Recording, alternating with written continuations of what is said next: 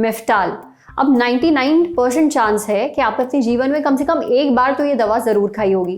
Periods के दौरान होने वाली मरोड़ और दर्द से राहत दिलाने में इसका बहुत बड़ा हाथ होता है, इसलिए ज्यादातर लड़कियां और महिलाएं इसे अपने पास रखती हैं बैग में। बहुत ही आम और बहुत ही पॉपुलर पेन किलर है ये, और सिर्फ पीरियड्स में नहीं, बहुत तरह के दर्द में। अब कुछ दिन पहले खबर आई कि सरकार ने मेफ्टाल दवा को लेकर एक सेफ्टी अलर्ट जारी किया है, यानी ये दवा आपकी सेहत के लिए ठीक नहीं है। अब ये खबर सुनकर कई लोगों को झटका लगा था, क्योंकि अपने जीवन में बहुत लोग ऐसे हैं जिन्होंने बहुत बार मेफ्टाल खाई है। पर घबराने की कोई बात नहीं है। इसको लेकर आपके मन में जो जो सवाल थे, उन सारे सवालों के जवाब दिए हैं डॉक्टर्स ने, और ये सारे सवाल आज हम पूछने वाले हैं अपने एपिसोड पर। देखिए, सबसे पहले ये जान लेंगे कि पीरियड पेन के अलावा मेफ्टाल कब कब दी जाती है।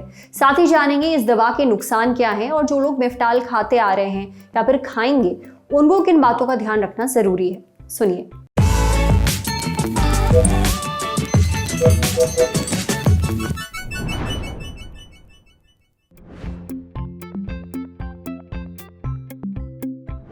मेफ्टाल एक एंटी स्पाज्मोडिक पेन किलर है जो बहुत कॉमनली पेन एब्डोमेन के लिए या फिर मसल स्पैज्म्स के लिए, घुटनों में दर्द के लिए बहुत कॉमनली यूज की जा सकती है। बहुत इजीली ये drug over the counter available है, इसीलिए इसका ओवर यूज या मिस यूज बहुत आराम से किया जा सकता है। इसे कॉमनली फीमेल्स यूज करती हैं डिस्मेनोरिया के लिए या पीरियड्स के दौरान होने वाले पेन के लिए।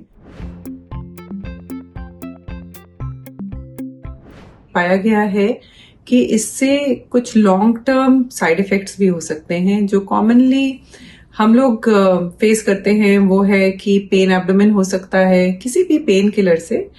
पेन किलर यूज से या ओवर यूज से पेन एब्डोमेन हो सकते हैं, पेट में अल्सर्स हो सकते हैं। अगर हम ज्यादा पेन किलर्स इस्तेमाल करें तो फिर कई बार किडनी के प्रॉब्लम्स भी हो सकते हैं, किडनी डिसफंक्शंस हो सकते हैं। लेकिन जो मोस्ट कॉमनली या जिस वजह से एडवाइजरी जारी की गई है वो है ड्रेस सिंड्रोम, जिसका मतलब है कि ड्रग रिएक्शन, इओजिनोफिलिया और सिस्टमिक साइड इफेक्ट्स।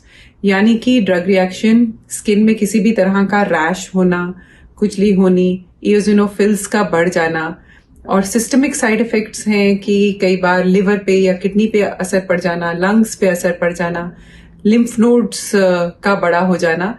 ये है ड्रेस सिंड्रोम, और ये किसी भी पेन किलर से या एंटीबायोटिक से या दौरों के लिए जो यूज की जाती हैं एंटी एपिलेप्टिक्स, या इवन जो हम ट्यूबरक्लोसिस के लिए दवाइयां यूज करते हैं, उसके भी ये वाला ड्रेस सिंड्रोम हो सकता है। मेफ्टाल स्पास से पाया गया है कि over in fact even up to 2 months तक ये वाला साइड इफेक्ट देखा जा सकता है। इसलिए गवर्नमेंट ऑफ इंडिया ने ये वाली एडवाइजरी जारी करी है, जिससे कि नजर रखी जा सके कि इस दवाई से कितने चांसेस हैं ये वाला सीवियर ड्रग रिएक्शन होने का। जब भी हम मेफ्टाल लेते हैं तो हमें ये ध्यान रखना चाहिए कि ये एक पोटेंट ड्रग है, ये एक पोटेंट पेन किलर है।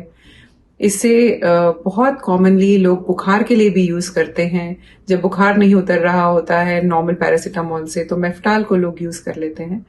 तो उसमें ध्यान ये रखना है कि हम बहुत जल्द से इसको ना यूज करें, डॉक्टर की एडवाइस पे ही यूज करें। 6 to 8 आवर्स मिनिमम गैप रखें। कभी भी कोई भी पेन किलर हम यूज कर रहे हैं तो उसके बीच में कम से कम 8 घंटे का फर्क रखें। अपने आप से मेडिकेट ना करें, किसी डॉक्टर की सलाह से ही इसका यूज करें, और ओवर यूज या मिस यूज इसे ना करें। अगर आपको दर्द में मेफ्टाल खाने की आदत है तो रुक जाइए, बिना डॉक्टर की सलाह के इसे हरगिज ना लीजिए। अब बढ़ते हैं सेहत के अगले सेगमेंट की तरफ, तन की बात। गैस होने पर राहत के लिए काला नमक खाने की आदत है, ये आदत भारी पड़ सकती है।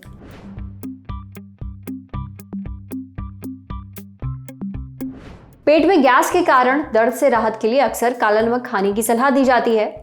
मुंबई के ग्लोबल हॉस्पिटल में चीफ डाइटिशियन ZM पटेल कहती हैं कि पेट में गैस बनने पर काला नमक खाने से आराम मिलता है, लेकिन हर बार काला नमक का इस्तेमाल नहीं किया जा सकता, क्योंकि आज की तारीख में बहुत लोगों को ब्लड प्रेशर की शिकायत है। वहीं कितने ही लोगों को साइलेंट ब्लड प्रेशर है, यानी उन्हें पता भी नहीं कि उनको BP है।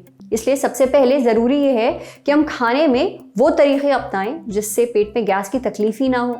जैनम पटेल की सलाह ये है कि सबसे पहले तो हमें आराम से बैठकर खाना चाहिए, खाना धीरे धीरे अच्छे से चबा कर खाना चाहिए, हमें पर्याप्त पानी पीना चाहिए। खाने की कोई भी चीज़ जिसे खाने के बाद लगे कि तकलीफ हो रही है उससे थोड़ा परहेज कीजिए। कुछ चीज़ें ऐसी होती हैं जिन्हें हम खाने में इस्तेमाल करें तो पेट की तकलीफ कम होगी, जैसे कि कड़ी पत्ता और हींग का इस्तेमाल। ये हमारे पाचन के लिए अच्छा होता है। अगर पेट में ज़्यादा गैस की समस्या हो रही है तो पानी के साथ सौंफ लेने से राहत मिल सकती है। वक्त पर खाना खाइए, ठीक मात्रा में खाइए, ज़्यादा तली हुई चीज़ें मत खाइए, ज़्यादा मसाले वाला खाना ना खाइए, बहुत ज़्यादा नमक या फिर बहुत ज़्यादा शक्कर वाली चीज़ों से थोड़ा परहेज करिए। कुल मिलाकर संतुलित और हेल्दी खाना खाइए। खाने में ताज़े फल और सब्जियां ज़रूर शामिल करिए। फिर भी अगर आपकी गैस की समस्या नहीं जा रही है तो रोज़ नमक या फिर गैस की कोई दवा लेने से बेहतर है कि आप डॉक्टर को दिखा लीजिए। समझे? अब बारी है सेहत के आखिरी सेगमेंट की, खुराक यानी झक्कासी हेल्थ टिप। खाने पीने से जुड़े इन आम मिथकों पर आप भी भरोसा करते हैं क्या? आपकी आंखें खुलने वाली हैं। खाने पीने की चीज़ों को लेकर कुछ मिथक काफ़ी आम होते हैं, जैसे कि सुबह खाली पेट ब्लैक कॉफ़ी पीने से एनर्जी आती है, या फिर रात में सोने से पहले थोड़ी शराब पीने से नींद अच्छी आती है। अब ये एकदम ही गलत है, ऐसा कुछ नहीं होता। खानपान से जुड़े कुछ ऐसे ही मिथकों के बारे में न्यूट्रिशनिस्ट लवनीत बत्रा ने अपने इंस्टाग्राम पोस्ट पर बात की है। डाइटिशियन लवनीत बताती हैं कि कुछ लोग सोने से पहले थोड़ी शराब पीते हैं। उनका ये मानना है कि शराब पीने से अच्छी नींद आएगी, गहरी नींद आएगी, लेकिन ऐसा नहीं है। शराब पीने से नींद नहीं आती है, बल्कि नशा होता है जिसे लोग नींद समझ बैठते हैं, और नशा थोड़ी देर बाद उतर भी जाता है, इसलिए आपकी नींद खुलती है। अगर इसी तरह लंबे समय तक शराब पीते रहे तो शरीर में विटामिन बी की कमी हो जाएगी और मेंटल हेल्थ पर भी असर पड़ेगा।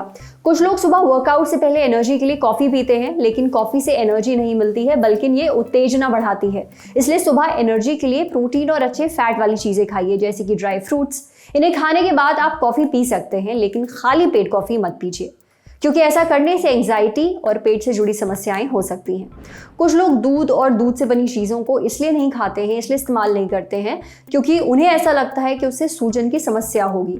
ये सोच गलत है। देखिए, जिन लोगों को डेयरी प्रोडक्ट से एलर्जी है उन्हें छोड़कर बाकी सभी लोग दूध से बनी चीज़ें खा सकते हैं। और हाजमा अच्छा रखने के लिए घर पर बना दही खाइए, इसमें अच्छे बैक्टीरिया होते हैं। ऐसे ही केले और आम जैसे फलों को लेकर भी यही मिथक है कि ज़्यादा मीठा फल खाएंगे तो एंजाइटी बढ़ती है। इन बातों में एकदम दम नहीं है। फलों में नेचुरल शुगर होती है, जिससे शरीर को नुकसान नहीं होता। दरअसल केले में विटामिन B6 होता है। विटामिन B6 खुशी के लिए जिम्मेदार सेरोटोनिन हार्मोन को बढ़ाने में मदद करता है। इसलिए केला खाने से एंजाइटी नहीं होगी, बल्कि आपका मूड अच्छा होगा। आज सेहत पर इतना ही। अगर आप एक डॉक्टर हैं, हमसे कुछ शेयर करना चाहते हैं, तो जो ईमेल आईडी इस वक्त आपको अपनी स्क्रीन पर दिख रही है उस पर हम एक मेल भेज दीजिए। जाते जाते एक जरूरी सूचना, सफाई के शहर इंदौर में फिर हिस्सा बनिए लिट चौक का। ललन टॉप है लिट चौक का ऑफिशियल मीडिया पार्टनर। हिस्सा लेने के लिए पहुंचिए 15, 16 और 17 दिसंबर को इंदौर के गांधी हॉल में। यहाँ मिलेंगी एक से एक बढ़कर हस्तियां, जाने माने नाम, जिन्हें आप देखेंगे, सुनेंगे और उनसे बहुत कुछ सीखेंगे। तो इंदौर कर रहा है इंतजार। हिस्सा बनिए लिट चौक का। सूचना समाप्त। शुक्रिया। आप ललन टॉप का अगला वीडियो देखें उससे पहले एक जरूरी सूचना है। सफाई के शहर इंदौर में फिर हिस्सा बनिए लिट चौक का। ललन टॉप है लिट चौक का ऑफिशियल मीडिया पार्टनर। हिस्सा लेने के लिए पहुंचिए 15, 16 और 17 दिसंबर 2023 को इंदौर के गांधी हॉल। यहाँ मिलेंगी एक से बढ़कर एक हस्तियां, जाने माने नाम, जिन्हें आप देखेंगे, सुनेंगे और उनसे बहुत कुछ सीखेंगे भी। तो इंदौर कर रहा है इंतजार। हिस्सा बनिए लिट चौक का।